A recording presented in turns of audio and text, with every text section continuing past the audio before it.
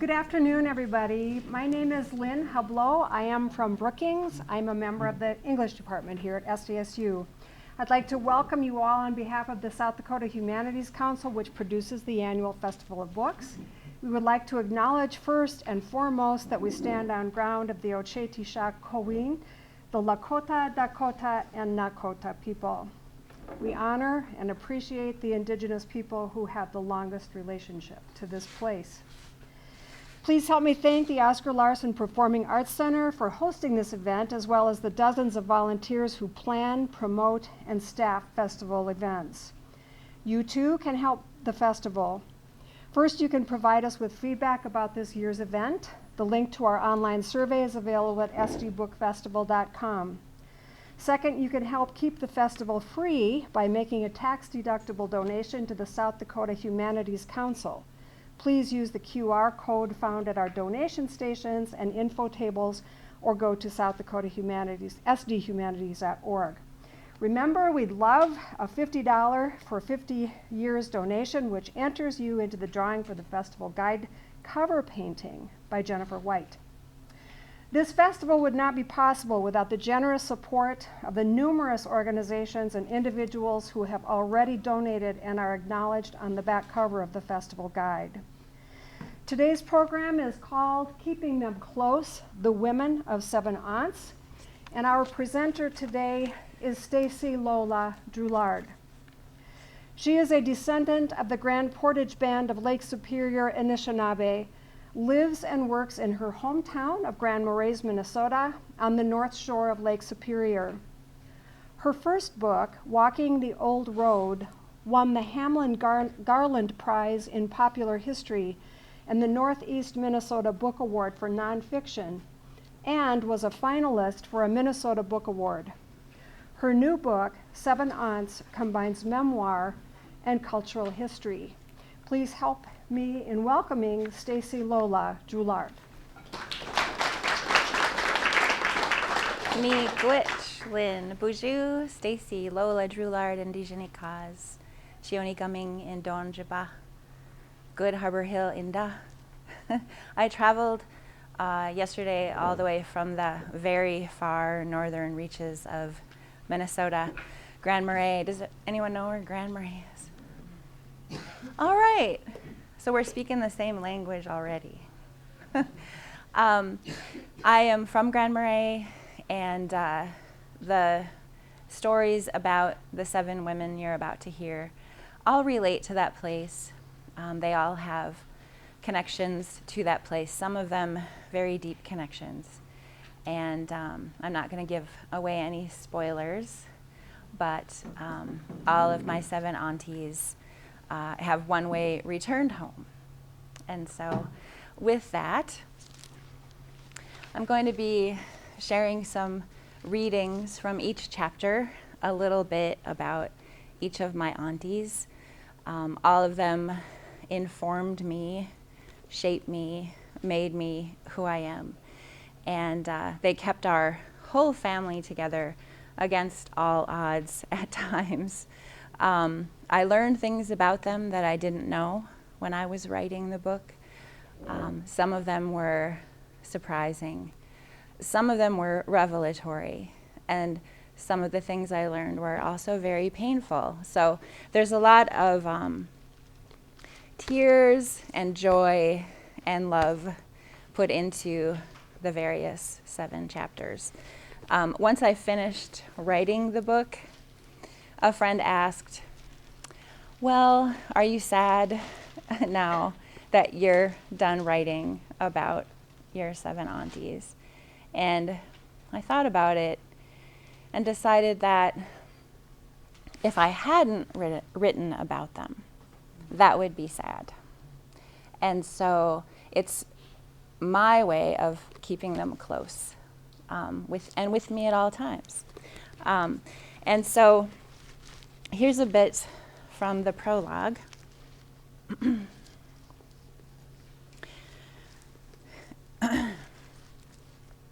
This book is about the hidden lives of women, those who rarely speak out of turn, and those who shout their truths to the sky, even though no one is paying attention.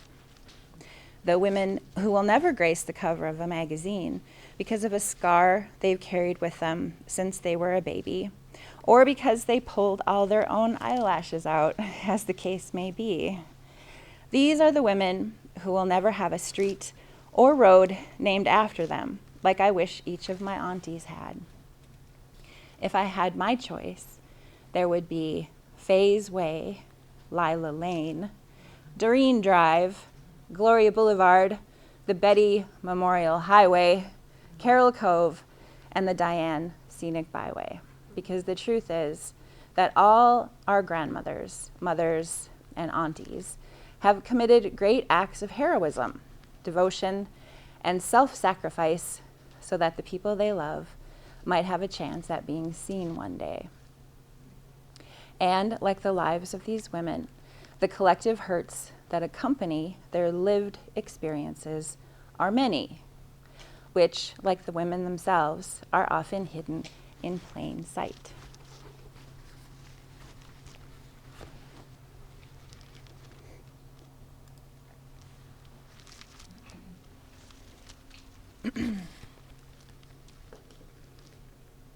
This is from chapter 1, Faye, my mother's eldest sister. Growing a big family at that time in our shared American story was an expectation placed on young couples, especially farm country families, where there were always too many chores and not enough hands to do the work. Farmers' wives watched their own mothers raise 10 or 11 children, and that same expectation would be made of them. This was definitely the case with the Burge family, with Frida, my grandmother, watching her own mother raise a brood of kids, and Faye watching and learning the same thing from Frida. There was no access to family planning options or birth control back then, and to even think about corking the bottle of motherhood until you had a chance to discover yourself, go to college, or build a career was considered a sinful affront to nature and an assault on the very definition of American womanhood. I've come to think of this deeply ingrained expectation to have babies as a kind of morbidity of motherhood, which is my own invented phrase to describe how far women in my family were willing to go to fulfill the expectations placed on them by others in society, including their own mothers, sisters, teachers, pastors, and themselves. Because there are elements of mental and physical neediness to this feminine 20th century ailment, as well as the strict requirement that a woman's body be physiologically sound enough to bear children for 10 years or more, the morbidity of motherhood contains an all-consuming quest to marry a man and have many, many children as quickly as the woman's body will allow. This malady affected all of the Burge aunties to varying degrees. Symptoms include an insatiable desire to have children, melancholy over the inability to bear offspring, and the deep-seated belief that a woman's value is proportional to the number of children she has. My imaginary dictionary entry would sound like this. Morbidity of motherhood, noun, condition of being sickened physically by the need to be a mother. Also, mental affliction affecting women whose only desire is to bear children, i.e., if you are not a mother, your life has no meaning. And to use it in a sentence, young Faye suffered the anguish caused by the morbidity of motherhood, which posits that only women with children have value. Also, therapy can substantially reduce motherhood morbidity in women who have too many children, or conversely, not enough children.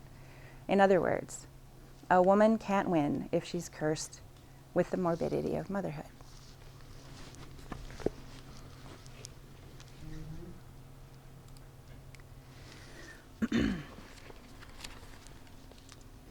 Okay, raise your hand if you have someone in your life who is like a second mother to you. Lila was that person for me.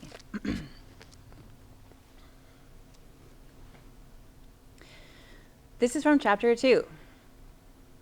Dad worked midnight shifts inside the ironworks at Taconite Harbor, loading taconite pellets onto ships and eating his lunch from a black plastic lunchbox at 4 a.m. He was not able to get us to school every morning and see that we ate regularly. And that's how I ended up in Aunt Lila's care, inside a house that had already raised 5 girls, going on 6, if you include me. The 4 oldest cousins had moved out, most of them already married with kids of their own. My cousin Lisa was the only one left at home, and she was in junior high school. She and I shared the smallest bedroom during that time. She was 3 years older and slept on the top bunk. That left me the bottom bunk, inside someone else's room, inside someone else's house, with someone else's mother.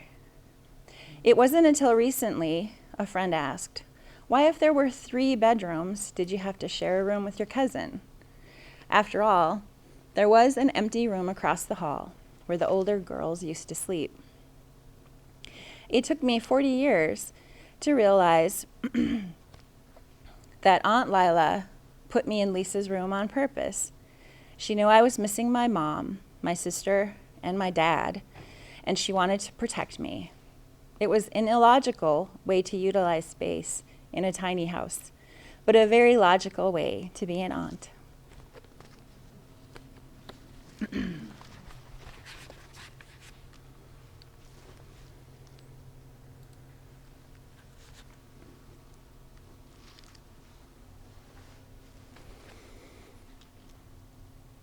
The extended family includes 4 sisters on my mom's side, the Burge family, who are German mostly and English. And then my dad's side of the family is French and Anishinaabe. My dad is a Grand Portage band member. My grandfather was half Ojibwe and half French. The Anaquat family, the Ojibwe side, has lived on the North Shore since before there are written records. The place is certainly one of deep connection for me. And in a lot of ways, writing about my dad's side of the family and his 3 sisters was also kind of a love affair about our homeland, too. And women are connected to land in ways that are complex and beautiful, and also at times very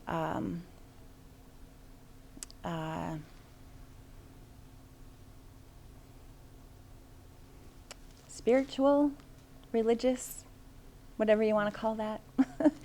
And so this is Aunt Doreen, my dad's oldest sister, from chapter 3, Doreen. We got up in the morning, wandered down the wooden stairs, and Aunt Doreen was already up, making buttered toast out of homemade bread and hot chocolate with whipped cream on top. She called it chocolate mustache, and it was the breakfast of choice in Aunt Doreen's kitchen. Putting butter on bread for others was something she'd learned to do as a girl. My dad remembers their family sitting down for a meal, and his sister Doreen would take a chunk from a crusty loaf of bread, grace it with a piece of cold, hard butter right in the middle of the slice. She'd hand it out to her siblings one at a time, and they would all complain to her about her lack of ceremony and moan about being served an offensive lump of hard butter. "Come on, Doreen, spread it around," young Pootie or Bruce or Gail would say. "Just eat it," was her curt reply with strong emphasis on the just. So Aunt Doreen was used to buttering a lot of other people's bread, so to speak. And by the time she would make us toast in the morning, it was a crispy thing of beauty, buttered from corner to corner. We dip that toast in our cups of homemade hot chocolate, and my mouth waters now just thinking about it. Only people who love you a lot will take the time to make you such a grand and comforting breakfast. Everything about Doreen's life had conditioned her to feed other people. And so she learned to find joy and satisfaction in watching other people eat what she had made. My imaginary dictionary entry for this non-discriminatory, feminine, masculine personality trait would be emaciating. Noun. Compulsion to care for and nurture others through food to one's own detriment. Or the filling up of others while starving yourself of sustenance. Use. Driven by her need to care for others. Doreen, a motherly emaciator, cooked all day but went to bed with an empty stomach. Also, the skinny chef's emaciating compulsions caused him to feel fully satiated while watching his clients devour the evening special.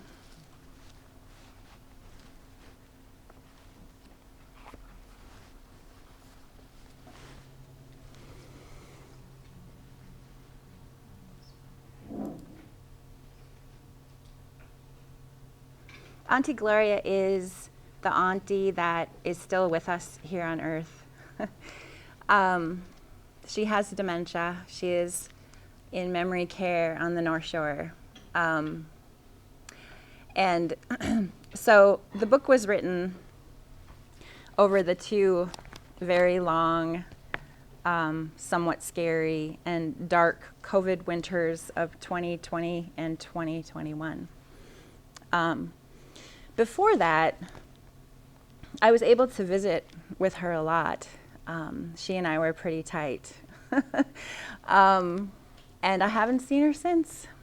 So the things that a tiny little microbe that weighs nothing can do is kind of extraordinary, including breaking up human relationships. So, which is a complete different rabbit hole. But so Gloria was also someone that I interviewed for my first book, Walking the Old Road, which is the story of Chippewa City, lost off-reservation village on the North Shore where my ancestors lived. She told me a lot about being a kid growing up in Grand Marais. And much of what she told me was so interesting and valuable, but it didn't make it into Walking the Old Road because it wasn't just quite the right context. And so I was able to revisit my conversations with her for her chapter, her very own chapter. So this is from Gloria.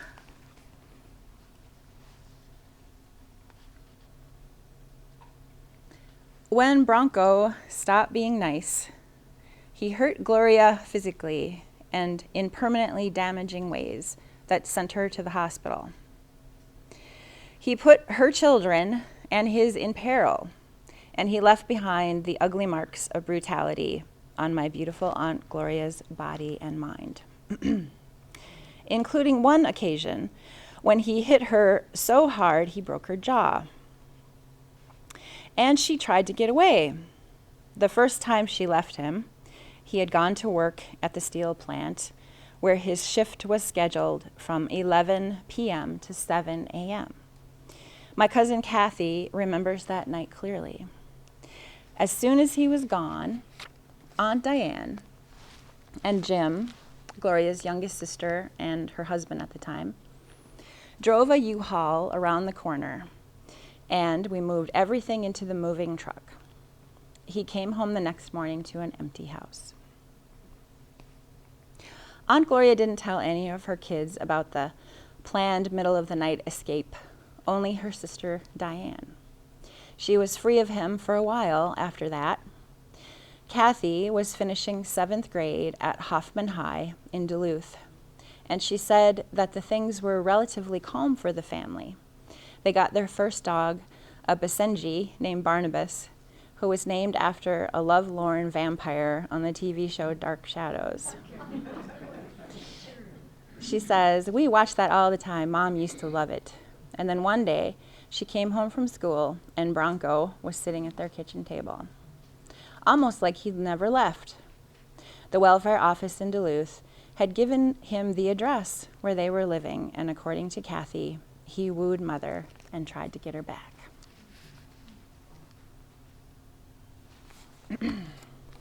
That's a tough one to read out loud, I'll tell you that.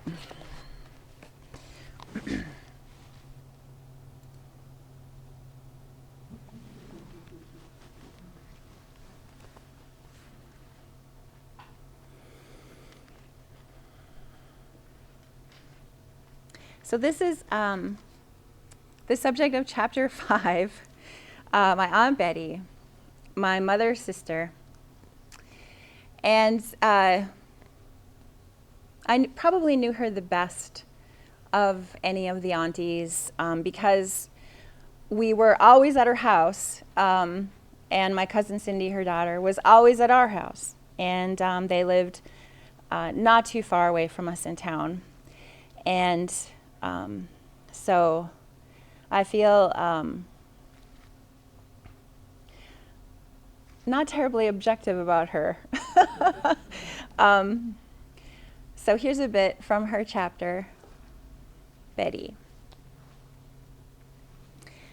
When I told my Aunt Betty I would like to write a book about my aunties someday, she said, "Just don't use too big of words."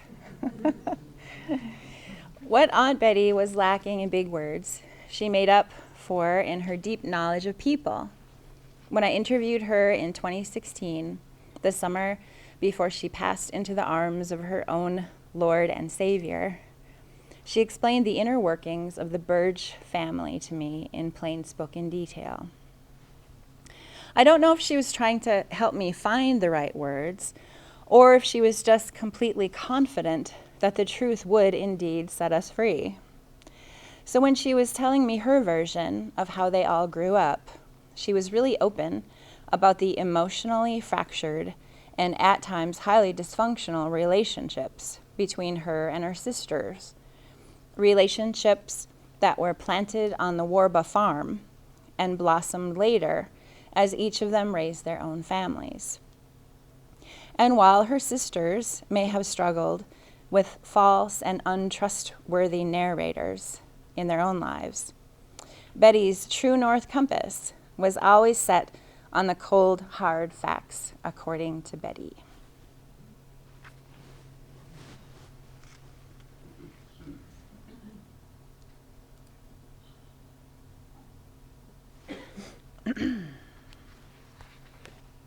Chapter 6 is for my Aunt Carol, another one of my mom's sisters.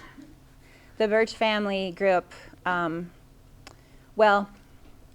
somewhat in Wisconsin, the Milwaukee area. Then they moved to Warba, a town on the Minnesota Iron Range. And Grandpa Burge worked for the taconite companies. And my grandma Frida, who was 100% German,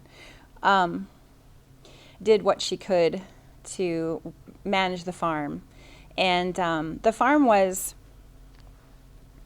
a really brutal place for especially kids who are very sensitive. And I think Carol, my Auntie Carol, was one of those gifted people who was much too empathetic for her own good.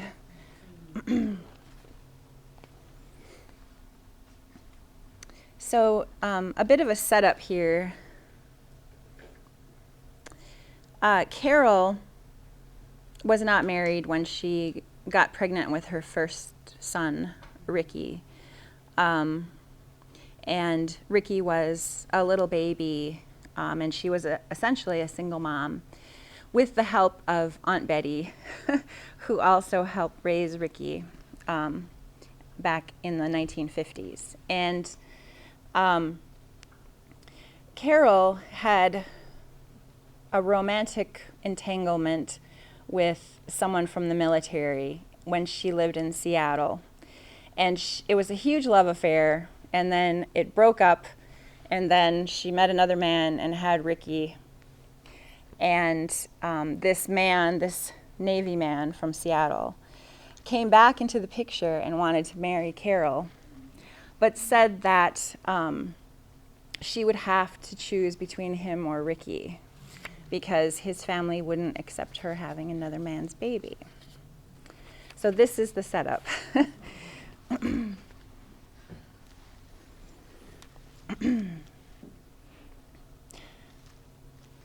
asked my mother what she thought it was like for Carol to have a baby outside of marriage in the 1950s, and she said that at the time it was considered worse than murder. Then she told the story of a neighbor girl down the road in Warba who'd had a baby. To hear Mom and Grace, the neighbor lady, talk about it, it was the worst thing you could do, she reiterated. You could have murdered someone, and it was just a bit worse than having a baby outside of marriage.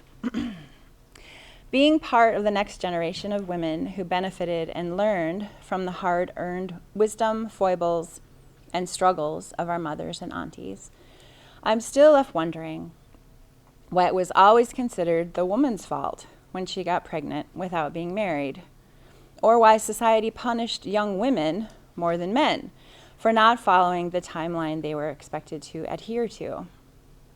And in a world ruled by the morbidity of motherhood, why were some babies considered to be a magical cure-all and others were scandalous, as if the mother wasn't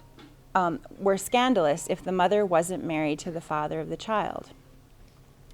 After all, Carol wasn't the only Burge daughter to get pregnant without being married.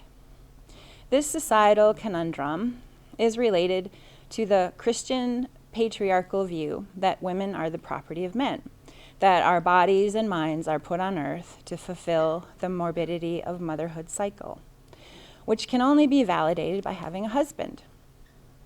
Carol's happiness was never considered, nor was her strong sense of motherality a strength she exhibited on the day she chose Ricky over a marriage proposal. The truth is that only women are blessed with the burden and beauty of pregnancy, the ability to give birth, and the physical means to nurse a baby into a healthy life. This is not something Carol should have been punished for. She should have been celebrated for it.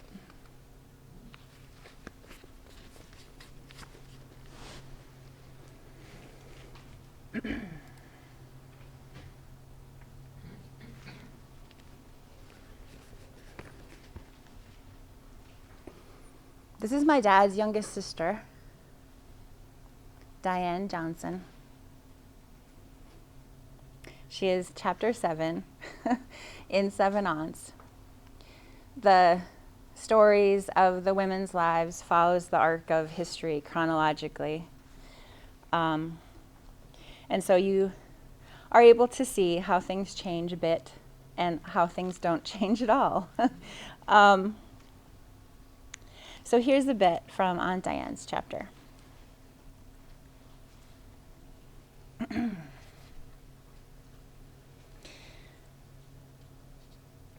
There is also the complicated nature of insightful women who aren't easily placed into a recognizable mold. We aren't Jell-O after all. Aunt Diane was also this kind of woman. Her sexuality was that of a two-spirited person, something that she talked about fairly openly, especially when she was a lot older and had seen a lot more life. My cousin, Kathy, said that it wasn't much of a secret that when her marriage with Jim Johnson started to crumble, she left him for a, quote, florist named Nancy, unquote. If my auntie were still here on earth, I would ask her about this, and she would tell me about it, because she didn't usually hide from things like that. And if she were still here, I could tell her about my own life and being two-spirited myself. It's yet another thing that she and I have in common. So, I taste from each chapter of 7 Ons. I want to give a shout out to my grandmas who do appear often in the book, as you might imagine. So that's myself and my dad's mom, Grandma Lola. We're absolutely mirroring each other, which is really funny. And then there's Grandma Frida Burge, and that's my sister picking her nose. And that's me on the other side there.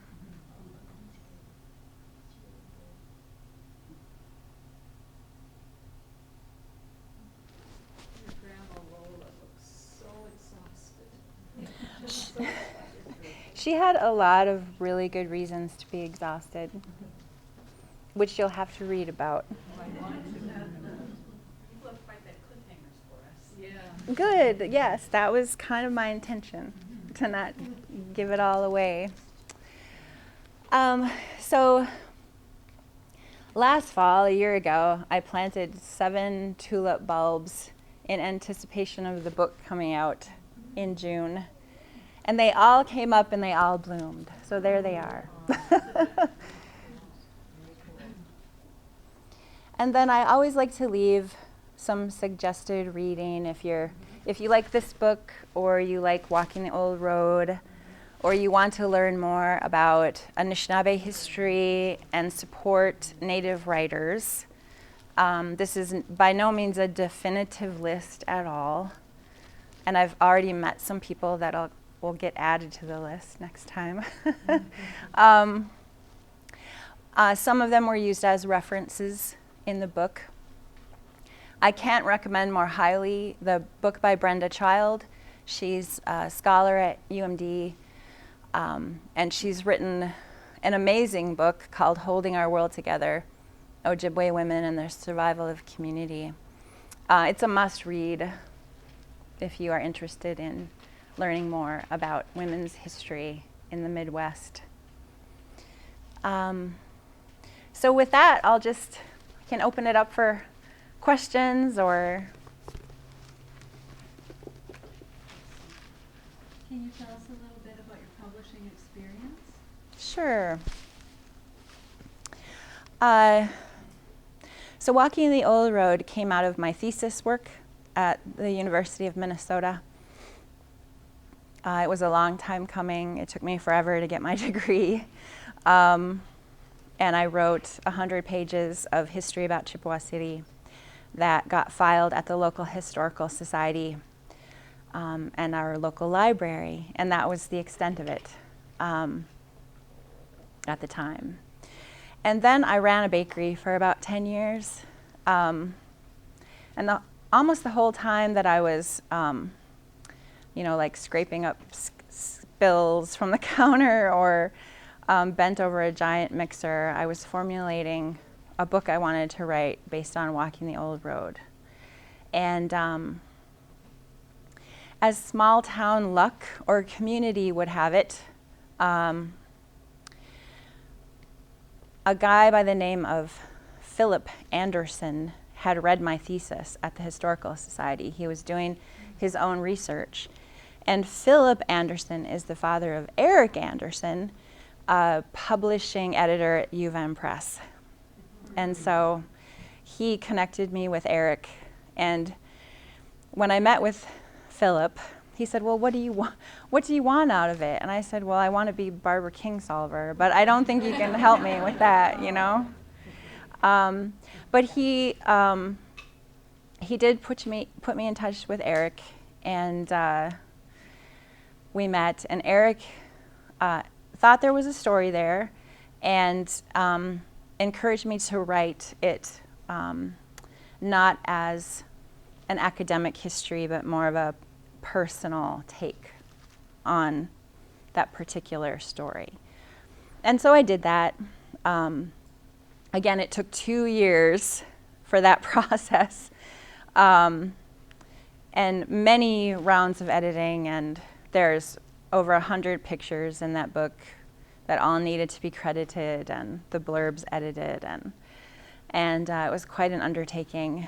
And then it came out in December of 2019, U of M Press. And then the next winter was COVID. So I didn't really get to, do this kind of thing when Walking the Old Road came out. But it still has had an impact, I think, even though it came about it in a different way. So the stories and histories that we tell just keep going.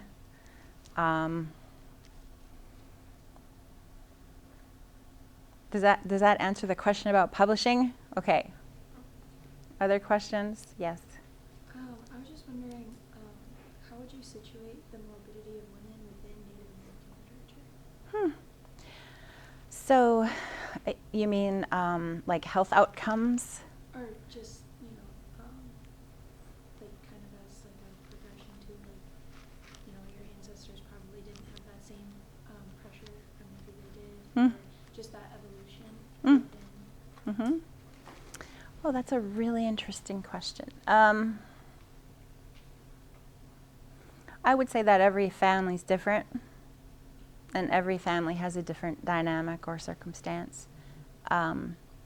The cultural traditions around extended family are very different, at least in my experience, for Anishinaabe families, Ojibwe people. Having your aunt live in the basement isn't that unusual. And so the morbidity of motherhood as related to Native families is probably different when you consider the worldview that is based on Christianity. And I kind of lay that out a little bit better in the book. Does that help you get at that answer? Okay. Any other questions about Seven Aunts or putting a book out or promoting a book? Diane? Can you give us a preview of your forthcoming book? Oh, a family tree. So that is a children's picture book, and I'm working with an editor at HarperCollins on that book. I got to see the sketchbook last week, and the illustrator for the story is named Kate Gardner. She is indigenous and Polish and lives on the East Coast. And so that, if all goes well, will be out next year sometime.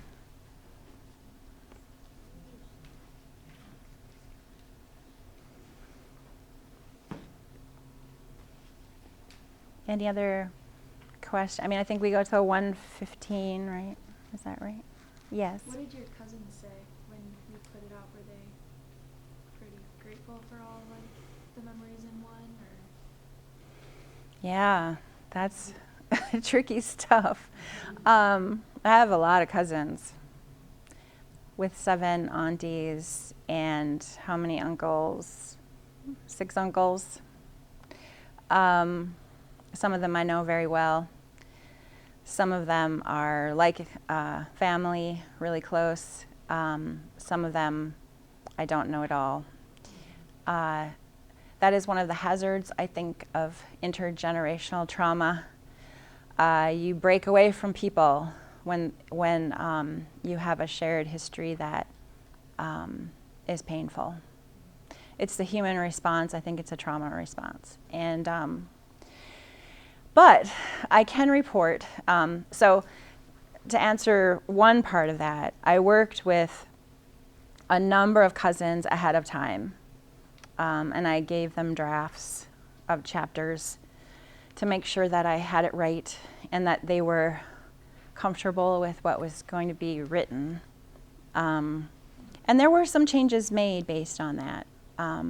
There were things that I thought needed to be said that I took out, because ultimately this isn't my story. This is the story of my aunties.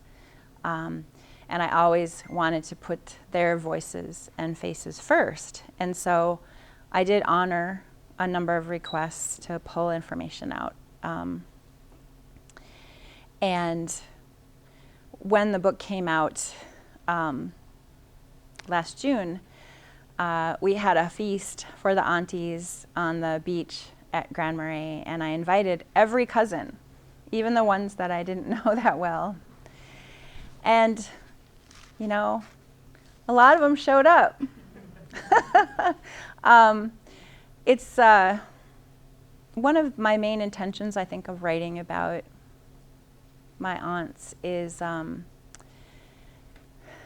not cause further trauma or be exploitative.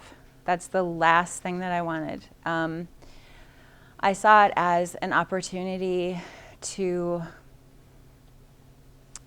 share the truth, because there is a paucity of truth in the world, I think. But also to kind of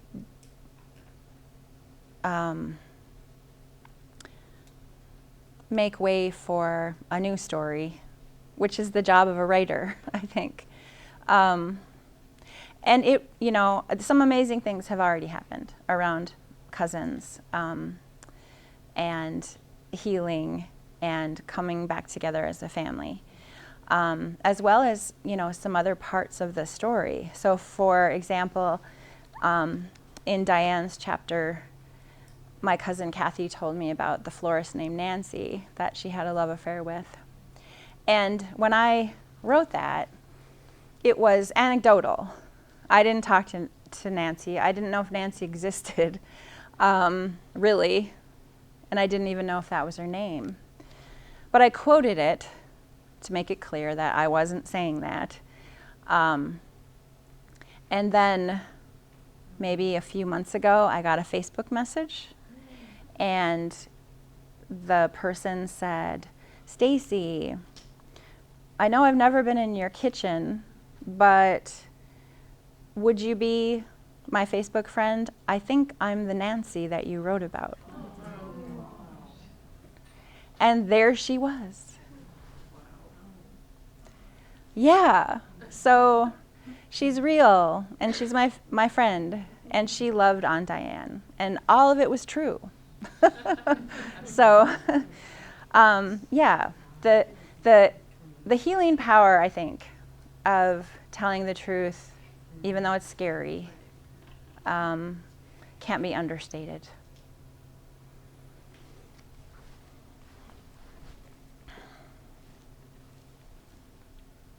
Any other questions, or do you want to add anything to the book list that I'm missing or that you feel would be valuable?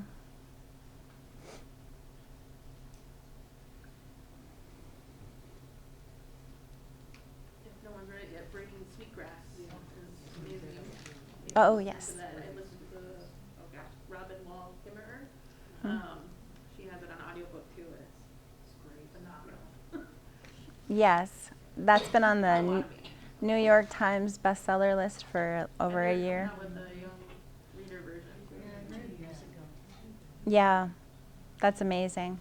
It's a great book. Yeah. Braiding Sweetgrass. It's nonfiction, but the way it's written is, you know, just like Staci's, very like relatable and very approachable, which I appreciate. That reconnecting piece. Yeah. So, miigwech for listening, and miigwech for supporting books and good words, and my esteemed colleagues, poets, writers, historians, who are all doing the, I think, very important work of telling stories. Me, you.